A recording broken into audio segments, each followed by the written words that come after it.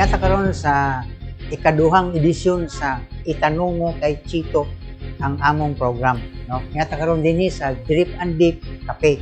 Siya among panauhin para ma-speaker niya kung unsang update karon kang President Rodrigo Roa Duterte ug katong niagi namo nga among i-continue para maibalaan sa mga naminaw o nagtanaw kung unsa gyud ang nagakahitabo. Ang atong bisita si Architect Chito Gabino. Okay, Architect, ikaw na sa ano natin. Tomas. Magandang umaga po sa inyong mga tagapakinig.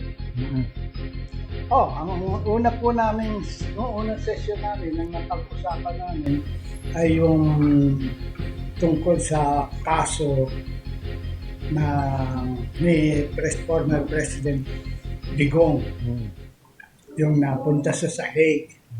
Then ang pangalawa, yun namang niluluto nilang impeachment nung panahon na yun kay Sara na na-declare ng Supreme Court na unconstitutional yung una. Ngayon, inulit na naman nila impeachment naman, another way of medyo they were panood ko ito, yung Justice Committee ng Congress na in charge sa mga bagay na ganitong impeachment ay they take into account yung suggestion ng Supreme Court at medyo sinamahan nila ng mga konting pang mga kung anong ebidensya ang kukuha nila. At yun ngayon, ang i-present ngayon, o i-present pa lang sa Congress, main Congress, kung ang buong Kongreso ng Pilipinas ay sasang-ayon doon sa impeachment na Dinahin nila kang Sara. Yun ang situation po ngayon. At kung binibilang ang mga numero ng pumapabor at hindi papabor, at dapat makakuha sila ng, I think, one-third or two-third. Parang one-third votes. One-third votes ng Congress para matuloy yung maipasa sa Senate for impeachment trial itong kaso ng ating Vice President Sara. Ano kaya sa tingin mo, Architect, matuloy kaya itong impeachment nila? Kasi parang marami nang bumabaliktad sa tingin ko. Kung dun sa tanong ngayon, that remains now to be seen. Dahil pinaproseso nila yan, maraming ngayon na nagsasabi, hindi na sila sasama dun sa impeachment. May mga ibang religious group na parang ayaw din na impeachment, maka-istorbo raw. Tignan na lang natin po kung anong magiging desisyon ng Kongreso. Kung i-endorse nila ba ito sa Senate for trial. Kung makakuha sila ng sufficient number. Pero sa tingin ko, sa akin lang, malaking ginastos yung pagpapa-impeach kay Sara, milyon-milyon o pesos, para intindihin lang yan, ang laki ng problema sa Pilipinas. Tapos, yan ang inuuna nila na wala mang kabuluhan. Maraming nagsasabi, patigil na lang yan. Well, may madaming ang pros and cons sa bagay na ito. Kaya tingnan na lang natin kung anong mangyayari. Kailangan may due process yan. Due process. Kung lulusot sa due process, wala tayong magagawa.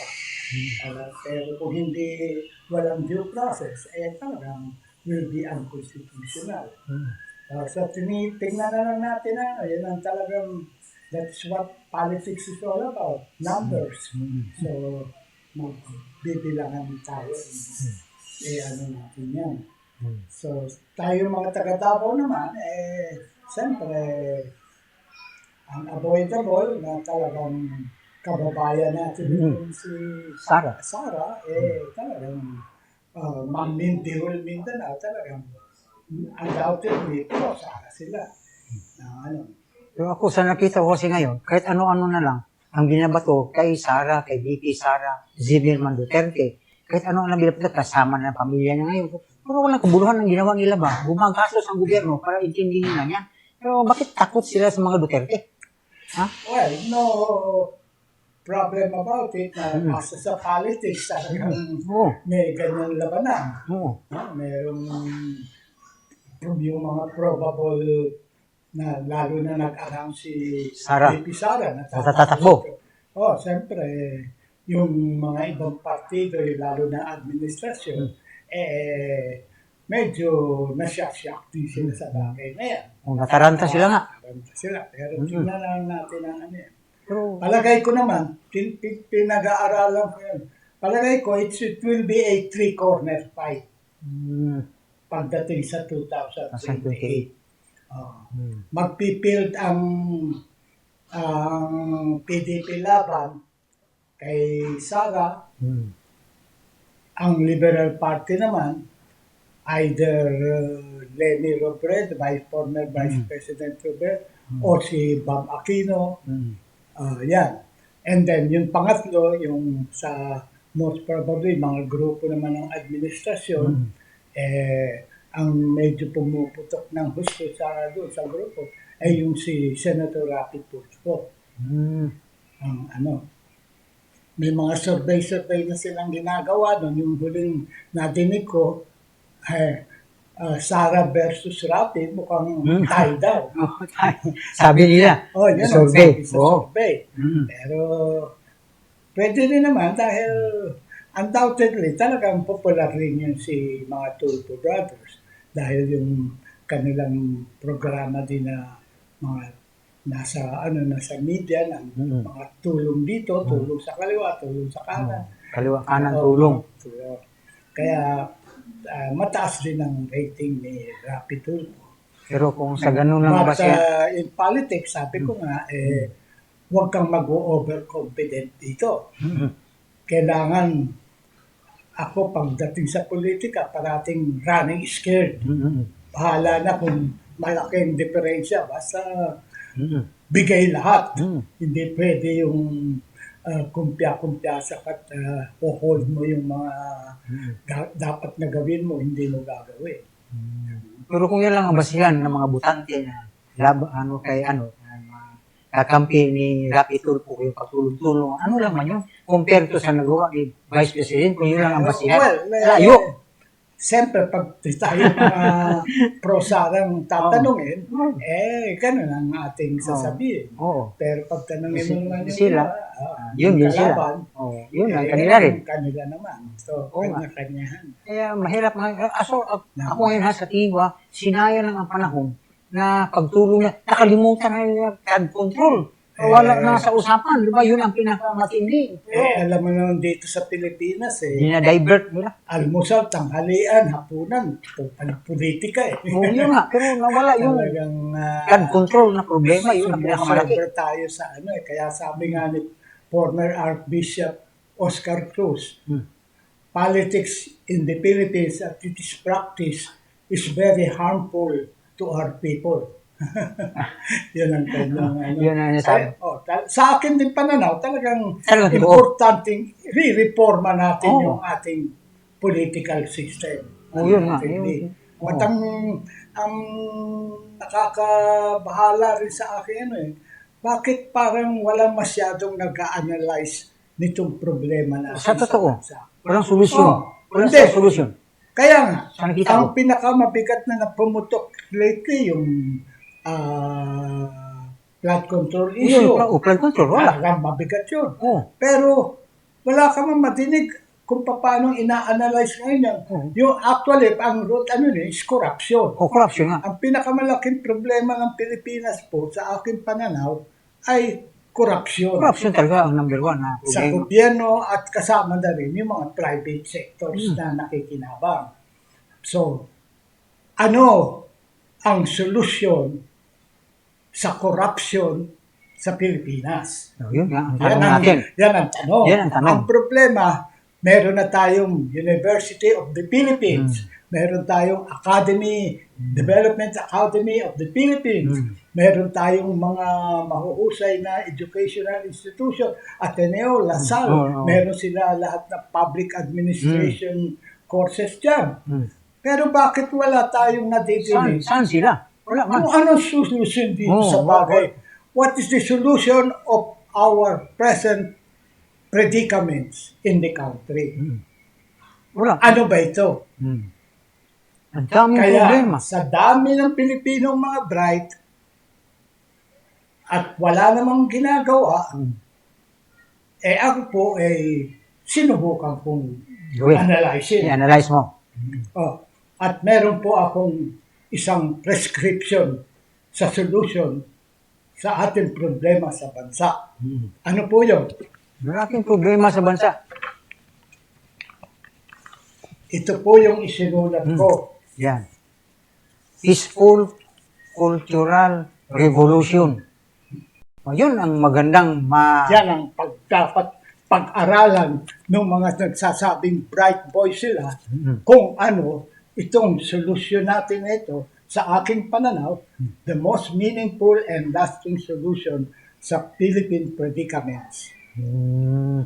Kaya pag natapos Ito pa ang Biblia sa tingin ko na kailangan. susulba. Now, kung meron kayong mga bright ideas dyan, Gawin mga dyan mga taga-UP, mga taga-Development Academy, bakit hindi kayo gumawa ng proposal how to solve the problems ng Pilipinas? Kasi talagang nakakalungkot na nung araw, second to Japan tayo when it comes to development. Second to Japan. Ngayon, second place pa rin tayo sa ubos So, when it comes to development. Oo. Napag-iwanan na tayo. Napag-iwanan na. Pero mapag-iwanan tayo ng Vietnam na nag-civil war na sila sa Vietnam, nagkagulo-gulo na sila. Ngayon, mas mayaman pa ang Vietnam sa sa atin. atin. Pag-iwanan na rin tayo nung araw din na medyo mas mataas tayo sa Malaysia, sa Indonesia. Tayo ngayon po, ang pagka-analyze ng iba, Naiwanan na tayo. napag-iwanan na tayo. Kaya, nung araw, second to the top. Tayo ngayon, nasa second puwet to na. the last. Now, hindi ba, yan ang nakakagabala ng anong nangyayari sa Pilipinas? At ano ngayon, ang pinaka-importante tanong is ano ang solusyon? Pero, yun nga, maraming may utang, pero wala namang Wala ka solusyon na madidinig. nagawa. Pero, Lahat, pero tuloy-tuloy ang kung lahat. ngayon, dito sa itanong nyo sa Itanong Chito kay Chito. ng Tanong kayo. ang sagot po ay kailangan ng isang peaceful cultural revolution sa bansa. At dapat magsama-sama po tayo at suportahan ito para natin Makamit natin ang ating bansa sa Sa kahirapan. kahirapan. Yan Wala talaga. na akong nakitang iba. Kung meron kayong mas mahusay na idea, ilabas ninyo. ilabas ninyo at isubmit ninyo. Pero kung wala, suportahan ninyo yung aming sinusulot. Ito rin ang tinatawagan namin sa mga coming political leaders, lalo na sa coming 2028 election. Ano ba ang issue sa bansa? Kahirapan. Corruption. At kahirapan. Corruption. At yung because of corruption, Naghihirap tao. naghihirap ang Pilipino. Hindi magawa ang Pilipino. Imbis na pupunta sa farm to market road, pupunta sa bulsa. To the pocket ng mga From bank to politician. the bulsa. Farm to the bulsa ng mga ating Ang pera mga ng political, many of our political leaders.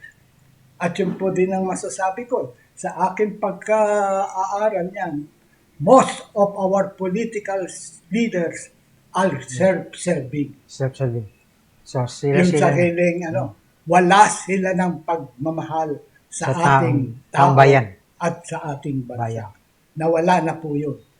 Ang patriotism, ang pagmamahal sa bansa ng mga Pilipino ay nagkalintik-lintik na po ngayon. Nawala na yung dating tapang natin na katulad ng mga naglalaban tayo sa Bataan, sa koridor. Nawala na. Nung panahon ni Bonifacio, nawala na. Puro okay na yan. Okay. Yan ang ating mga ano. Pwede na yan. Mm. Hindi po pwede yan. Hindi po okay yan. Kailangan kumilos tayo, mag-isip tayo at kumilos. At kung wala kayong makitang solusyon kung anong dapat gawin, Yan. dito po kayo pumunta. Basahin nila yan. Basahin ninyo ito. Piniprint na po namin ito. 500 copies. Ako na ang ako na ang sumulat. Ako pa nagpapaprint. Mm-mm. Ako pa ang gumagasto. Oo. Kaya, Para lang. para sa bayan. Para sa bayan. Para sa bayan. Sa aking pagka-senior citizen na ngayon, ano pa kung hindi na lang sa bayan ng aking magagawa. Sa pamilya ko, tama na sila. Okay na sila. Sa kabagana ko, okay na rin sila. May Pero ang aking pinagtutuunan ng pansin po yang ngayon, may maitulong ka sa lahat bansa. ng oras ko, ano ang magagawa ko sa bansa. Tutok mo sa bansa. At sana ganun din ang isipin ng maraming Pilipino sa atin. Sana kung meron man lang kahintulad sa iyo, kahit kunti lang, at least makatulong. Pero wala man. Diba? May Umpisahan mga natin. Mm-mm. Kung wala pa man, di Umpisahan. tayo mag-umpisa. Isa. Ayan mo pag Yung panahon po ng ang China ay napakahirap at nagkakagulo. Dumating po sa kanilang lipunan si Mao Zedong. At ang ginawa ni Mao Zedong ay nag-launch siya ng cultural revolution din. Pero violent one. violent one. Pinagpapatay niya yung mga kababayan niya na walang silbi at puro kalokohan lang ginagawa. Pero itong At naisip madugo po talaga nangyari noon. Milyon ang napatay. ang Chinese na massacre ni Mao Zedong. Pero sa atin po, being a predominantly Christian society, na sumasamba kay Hesus Kristo, hindi po pwede yung ganun. That is not the way for us. The way for us is the Christian way, which is a peaceful cultural revolution. Yan yung nagawa mo. Yan At napaimprinta mo pa. At yan ang ibubuhos natin sa ating mga katauhan na sana ay tulungan nila tayong magpurso nitong ano. At ang ultimate goal po natin, sinabi naman din natin ng mga ating mga nakakataas na religious leader, ay national renewal. Ministry. Nakuha mo yun? Oh. Yun ang ultimate goal. Kailangan po magkaroon tayo ng national renewal sa buong bansa. Kung paano pong gagawin ito, hindi masyadong naging klaro sa ating mga religious leader, kaya sinubukan kong klaruhin. Ang unang-una po, ang renewal ay dapat mag-umpisa sa bawat Pilipino. Hindi tayo pwedeng magkaroon ng national renewal kung ang mga Pilipino ay bugok. At katulad pa rin yung mga values natin, katulad pa rin ng ngayon. Kailangan mag-renew po tayo ng kanya-kanyang sarili. Self-renewal first. Then, people, community renewal. At pag nasaigawa na natin yan, hopefully, with a peaceful cultural revolution, magkakaroon na tayo ng national renewal. Yan po ang blueprint na present ko ngayon sa inyo. At ipo-formalize po namin ito pag naging na-print na po na ito, ang pamphlet namin. Mga kailan lalabas yan? Maybe the latest is 2 weeks from now. 2 weeks from now. At least mapaabot natin sa mga... At sa mga kailangan, yung mga na-interesadong makatulong sa bansa, sumama't magsama-sama po tayo. Basahin ninyo ito. At kung sa mga ayong kayo, sabay sama-sama tayong i-pursue ang ating national renewal. Okay. So, may iba tayo, architect. itanong mo kay Chito. Sir, ano kaya na ngayon ang update sa kaso ni President Rodrigo Roa Duterte sa Hague? Medyo mag-uumpisa na ang trial.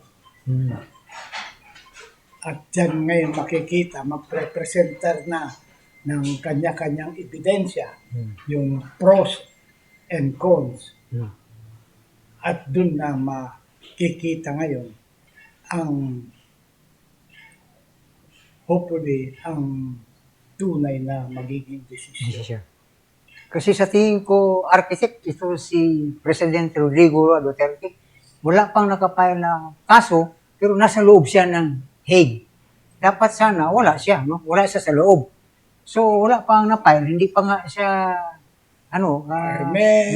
Sa akin din pananaw, may pagkaibang sistema nga. Pero nag-issue man yung ICC ng warrant of arrest Yun nga. na dinaan sa proseso at sumang-ayon naman ang ating administrasyon ng panahon na yun at nadala nga sa Meron din warrant of arrest ang pagkaalam ko ang ICC kay Prime Minister Netanyahu ng Israel.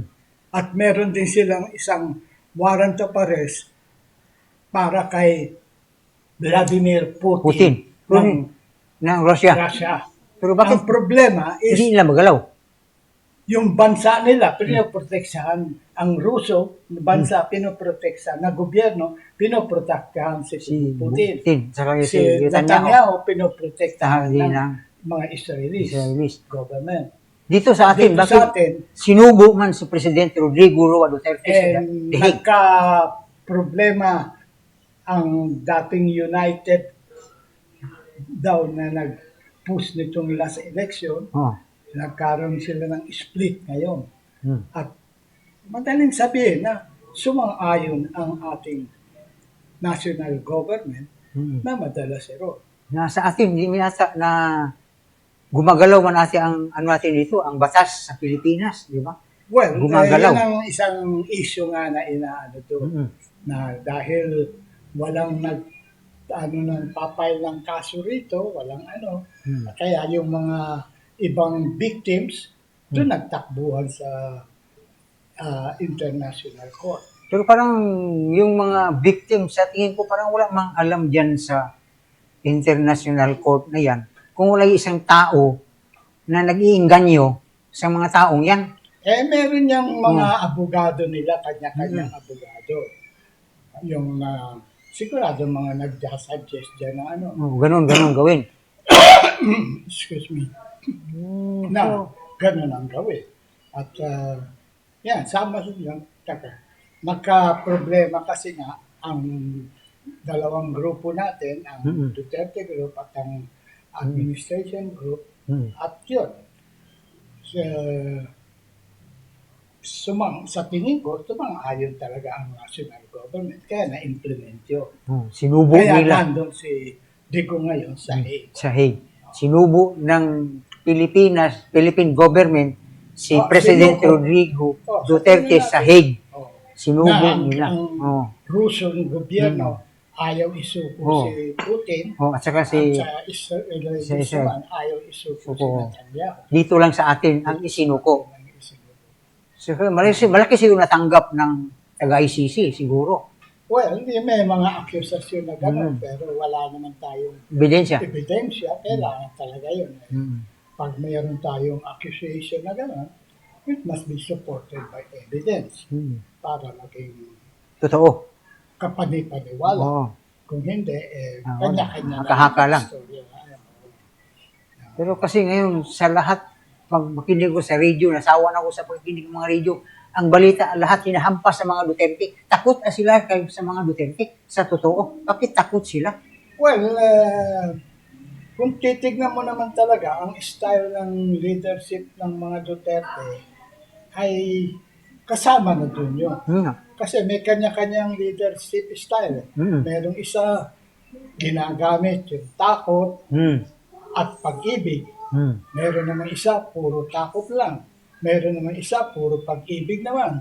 So, kanya-kanyang style yan ng Oh, ano eh. kanya-kanya. Nagkataon na ngayon na ang talagang style ng Duterte Group ay talagang yung tako. Mm. At Tsaka- may, sa iba rin, may pag-ibig. Pero mas nangingibabaw, siyempre, yung dahil matapang eh. Mm. Siyempre, yun ang ano, ang kanyang quality, Yun nga. ang pagkatao niya. Lalo- yan ang kanya-kanya, to each his own nga yan ang ano. Lalo na ngayon, may inisyo naman ang nagmamayari ng simbahan ni Kagduloy, si Duterte na, ang eroplano pati helicopter. Ade, Ni Kibuloy, ang nagmamayari, si Rodrigo Roa Duterte na. ewan ko Kaya kung- hinamon. Napanood ko yan, in-interview si Atty. Torion. Sige, kung mapatunayan nyo kung ang nagmamayari si President Rodrigo Roa Duterte sa helicopter at saka sa eroplano, kung meron kayong maipakita na ebidensya, ibigay sa kanila. Kung wala ang ano ni Atty. Torion, dilaan nila ang hangar sa helicopter ni Kibuloy. Padilaan sa mga nag-akusa sa Kaya kanya. nga, tingnan ng kaso niyan, ano, talagang sa justice system natin babagsak lahat yung mga Pero issue. wala ring mangyari kahit meron tayong justice system, parang ano pa rin. Yun din ang ano nga, madami, sa lahat talaga ng ating ginagawa sa bansa, mga institution, sistema, kailangan talaga lahat yung i-reforma eh. Maski yung justice system natin, talagang justice delayed, justice denied. Kailangan i-reforma din yan ng ano. And ang isang ano talaga is, kung ma-minimize ang corruption, ma-improve talaga sana yung mga bagay na services na yan. Saan At naman, kung gagamitin talaga ron. Pero sa ngayon nga, parang hindi pag ganun ka ang pag-iisip ng mga leaders natin ng ano eh. Karamihan sa kanilang political leaders din natin, mga self-serving din. self-serving, Oo, hindi talagang para sa bayan. para sa bulsa. Oh, maramihan lang nagkasabi para sa bayan, para saan. Pero Gamit- sa katotohanan, kaya nga, pupunta ngayon tayo rito. Sa Ito peaceful, kasama ng values ngayon dito. sa peaceful cultural revolution. Peaceful. Kasama ng politika, kasama ng spiritual, kasama ng mga values, moral, kasama sa ipagsasama-sama mo lahat talaga yan. Dahil kailangan yung ganun mong gawin. Sa lalim ng problema ng karakter ng ating mga katauhan, talagang mabigat na linisan ng papaliguan mo talaga ng gusto ang kaluluwa natin ng ano para bumalik tayo lahat. We are supposed to be a predominantly Christian society eh. But tayong mga Filipino Christians, kung tutuusin mo talagang karamihan, hindi naman talagang Christ-like. We are not really true Christian. Sa pangalan lang. Pangalan lang. Dahil, how come that a predominantly Christian society, ganito ang kanilang degrading ang spirituality at morality? Wala. Ano nang ginagawa ng mga ating religious leaders? Baka natutulog din sila sa pansitan. Parang gano'n lang, walang ginawa. They are so comforted dun sa kanilang comfort zone. Kulang siguro ang evangelization and re-evangelization ng ating mga katauhan. Pero kahit na nga ito mga kaparian, sumasawsaw na sa politiko, di ba? Well, hindi namang ano yun. May yan din, maraming nakakatingin na ang politics is dirty. Hindi po yun. Politics is God's tool to rule His people. Gawa yan pong power at ano ng politika, galing sa Diyos yan. All power emanates from God. Pero hindi lang naiintindihan ng bawat isa na politics, spirituality, morality, culture, lahat yan kasama, magkakasama lahat yan. That politics is God's means to rule His people. Because all power and authorities emanate from God. Yan ang pinaka-basic na ano. Kaya ang politics po ay gawa rin ng Diyos yan. Hindi po dirty yan. Kaya wag niyo sabihin na wag tayong mag-involve sa politics. Hindi pwede. Politics is always part of the Filipino, of the people's life. Eh kung walang politics, how can you rule yung mga bansa? Kaya walang Ano ang politiko. gagawin mo? Oh, kung alisin mo yung politics, how will you rule now the mga tao? How will you rule yung sa ibang bansa? How will they rule kung walang politika? Oh, yun ang medyo misconception. Pero kaya nga, pag gano'n ang pananaw mo at pumasok ka ng political arena, parang okay na yung mga immorality, mga pagnanakaw. Hindi po yun. Gawa po yan ng Diyos. Pag pinasok mo yan, dapat sasang-ayon lahat ang mga kilos mo sa Pero kaya nga, kautusan ng Diyos. Pero ginagamit ng Diyos kaysa Diyos yung politics, ang pagdala nila, hindi na sa tama. kaya nga, kasi yun ang hindi nila naintindihan.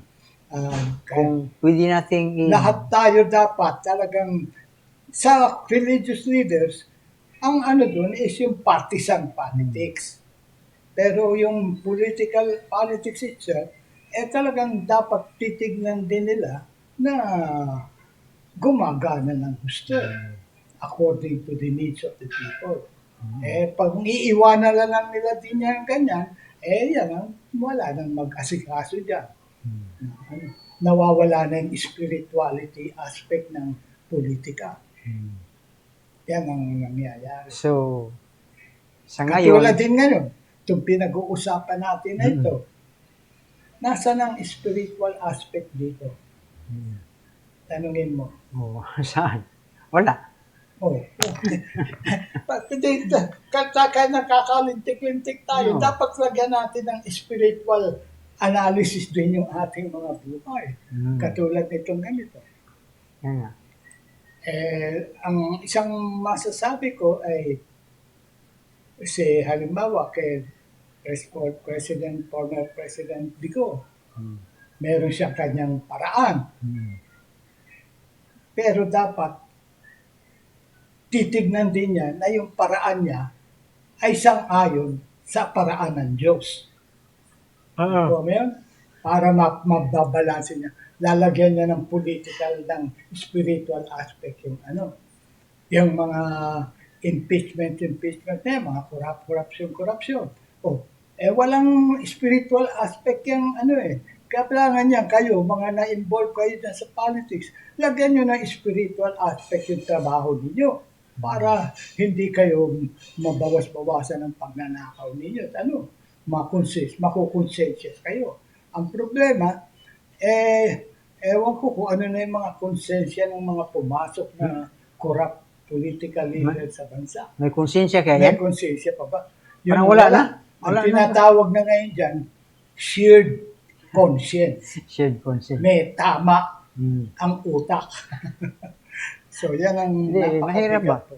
Lalo, pahirap ang bansa natin. Pero mo, sa inflation rate ata, parang bagsak na. Kaya Ang nga, 1,000 mo, 700 na lang. Kaya wag na natin munang umpisa kasi yan? natin sa basic. Sa basic.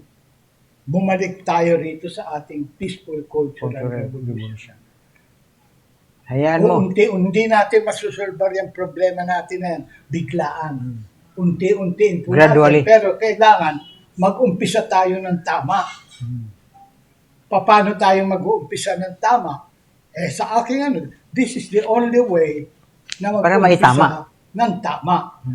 Kung merong mga bright boys kayo dyan, Gawa na para. pare, mga pastor, mga they come out with kung anong Labas nyo.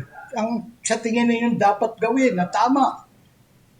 Bakit wala akong nakikita? Walang Sa lumabas. dami ng mga bright boys natin dito sa Pilipinas, sa dami ng mga educational institution, wala ka man nasasabi, ito ang solusyon sa problema ng massive corruption sa buong bansa. Wala. Wala. Meron ka ba? Ikaw? Tahimik lahat, Meron wala. ka ba? O, wala. Wala Kayo, akong nakita. kayo pong nakikinig May- dito, kayo nanonood, meron ba kayong nadinig na may isang na ito ang solusyon sa problema ng Wala. bansa natin? Walang gumagawa ng solusyon sa problema Walang natin nag-iisip ngayon. ng solusyon. Wala. Puro Para kanya-kanya ang turo-turo paghahanap na lang buhay. tayo ng problema. Hindi pwede tayo, kaya nagkakalintik-lintik tayo. Umupo po tayo muna, mag-isip tayo. Kaya At iba, yan. kaya yung iba naman, Pero Kung sabi sa- ko nga, sasaw-saw pa sila dyan, ano pang hanap buhay nila? Kakayo lang sila para mabuhay yung pamilya nila. Yun ang sa isip ng tao ngayon. kayo kasama Oo. na nga yung Oo nga, mundo. oo. Dahil hindi naman natin matatanggal lahat yung ano. Mm. Pero sabi nga ng Diyos, man does not live by bread alone. Mm. Kung kumakain ka na Mm. ng bread, mag-isip ka na naman ng matino. Mm. Hindi naman puro kain ka na lang ng Kain. kain. Anong tinapay mo. Oo. So, yun ang Yun na, sir. Pero sa ating makikita ngayon, parang may pag-asa tayo rito. Pag Ba? natapos natin itong printing nito Mm. at ikakalat natin sa grupo mo, Mm. sa mga religious leaders, at pagbasahin nila, lalagyan po Yan ang natin, solusyon. kailangan po, sa shortcut na sabihin ko sa, kailangan po, lagyan natin ng spirituality at morality ang ating buhay sa mundong ito. At gano'n na rin sa ating bansa para makaahon tayo sa ating kahirapan at Parang, kasalanan. parang dyan lang siguro nila makita kung mabasa na nila yung peaceful cultural revolution. Pag Pag-aralan nila. nagkaroon sila ng siguro kopya niyan, pag natapos ng printing, so malamang mapaiabot natin yan sa may mga taong mga bright boy. Lalo na maski siguro iimbitahin natin si Vice President Sara na pag-aralan din ito, baka pwede Basta- niyang i-adapt ito as Mm. her platform of government kung tatakbo siya ng presidente. Hindi, na-declare naman niya, tatakbo siya. Kaya nga, pero Sinabi niya yun. ang tanong ko, anong ipaglalaban mo Hmm. pag tatakbo ka? Hmm. Anong sagot mo? Wala akong masagot. Wala man akong alam na ano. Ito ang ipaglaban mo.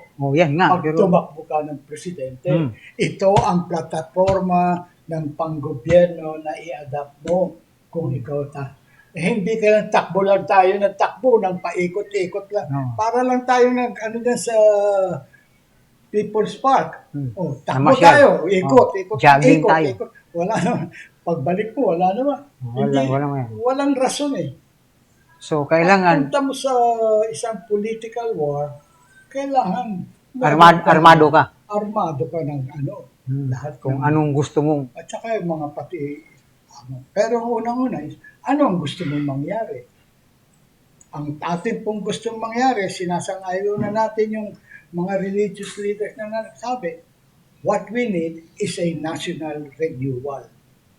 Pero hindi basta-basta makukuha natin yan kung hindi natin pag-aaralan kung anong gagawin para magtamo natin ang national renewal sa ating bansa. So, Yan ang yan ang magandang ano. Pag natapos na pag-print yan, architect, inform mo lang kami. Para ma-promote natin, bibigyan kita din ng maabot kopya natin ng din sa para mga ikaw din ang magbigay na kay Vice Vice President President, Sara. sa Mayor, Ikaw Vice Mayor. malapit kay Ako Ayan, magpa-distribute mga yan. Para, future mayors ang ating mag-aral-aral. Parang sa mga political leaders, parang wala na yata adidinig ako nag-aaral ng kung ano. Puro awayan na lang ano naman issue yan? ng issue, tapunan ng dumi. Yun na. At dapat naman sana yung kanilang mga staff, natutulog din kayo sa pansikan. Kung kayo na staff ng isang mataas na, anong plataforma ang bibigay niyo sa kanya na maisusulong ninyo, na pagsatutulog-tulungan ninyo. Hindi pwede lang yung puro kwarta, puro. Kaya nga, pinagtulungan nila ang mga Duterte. Kahit ano-ano lang ang mga binabato Well, nila. So, ang ganyan mga Duterte naman, tahimik lang. Hindi ganyan sila, talagang, Mm. ano, Gawa lang sila sa ng- ngayon, talagang, kanya-kanyang kampo na ngayon yan. Pero sa tingin ko nga, sa 2028, Diyan na malalaman. maghandaan tayo. Palagay ko, baka three-corner fight ang sa Diyan makita ang 2028. Diyan makita ng labanan sa Diyan 2028 makikita ng ano. kung ano talaga. Pero kung ikaw ay wala kang plataforma dyan sa labanan na yan, baka mapag-iwanan ka. Kailangan may Wa- plataforma ka kung anong gawin mo pag ikaw manalo. Pag ikaw tanungin, anong pinaglalaban mo? At ikaw gusto tumakbong presidente? Wala, para lang makagrab ng power. Wala. Kailangan. Paano mangyayari sa bayan natin? Kailangan magpakita kayo kung anong gagawin ninyo. Kung anong plano ninyong gawin. Anong may tulong sa taong bayan. Oo, anong magagawa Yun ang ninyo importante. Kung na- anong maitulong mo sa taong bayan. Yung mga sumusuporta. malalaking problema ng alam mo kung ano yung mga dapat gawin. Kaya lang atin lang. Siguro naman itong ating usapan na ito, May nanonood. pasensya na po kayo. Kami nagsasabi lang ng aming naiisip na humble opinion dito. Nag-aalala din po kami sa mga nangyayari sa ating Bansa. bansa. Na lumalawak ang kahirapan. Grabe ang kahirapan ngayon. Sa totoo lang. First time. First time nangyari sa Pilipinas ito ngayon. Pinakamatindi. Kasama na din nga yan sabi Oo nila. nga. Nung araw. Palala ng palala. Sa Yan totoo ang lang. ating our main problem is that our spirituality and morality are continuously degrading. At pag wala ka na niyang spirituality at morality, wala na. Dog eats dog na itong bansa natin. Talaga yan ang nangyayari. Wala na yung tunay na Kristiyanong society natin. Kaya pag lumabas na itong peaceful cultural revolution natin, kailangan magkaroon sila ng kopya para mapag-aralan nila kung anong nilalaman ng libro na yan. At itanong mo kay Chito kung saan makuha. Ano ba, may oras ba tayo? Wala na. So baka dito natapos ang aming programang Itanong Mo kay Chito. Subaybayan mo lang kami at panoorin ang aming programa. Ito ay ma-replay mamayang gabi, alas 9 ng gabi, at saka alas 3 ng hapon ata, i-replay ang program natin para at least maraming makakaalam sa programang Itanong Mo kay Chito. Sir Chito, kayo lang bahala mag-disseminate nitong ating mga informasyon. At by next session natin, kumpleto na tayo sa printing materials natin. Yan ang aking kung meron akong gustong gawin na napaka-importante, ginagawa mo. isusulat ko muna para madaling ano ba ang aking ideya? Sa dami ng ideya ko, dito na. Nandiyan na lahat. Basahin mo na lang yan. Pag-aralan mo na lang yan. Pag-aralan mo. Para lahat ng isang revolutionary activities, meron silang guide. Katulad ng yung communism, kay Karl Marx man yun. Gumawa din siya ng libro ng about sa Kristiyano, the Bible, na guide yun sa kanila. Ito, ang Bible naman natin sa Pilipinas, kung paano tayo uuunlad at magkakaroon ng katiwasayan. Okay. Tapos na tayo sa program Itanong Mo kay Chito. Maghintay na lang kayo paglabas ng Peaceful Cultural Revolution na bagong labas this coming March, April, May, first week of June, mga June. At text lang kayo sa Itanong Mo kay Chito. I-ano namin yung cell number namin para kung gusto nyo makakuha, maka-avail, ihahatid namin. Huwag lang yung sa malayo. Okay? Okay, thank you.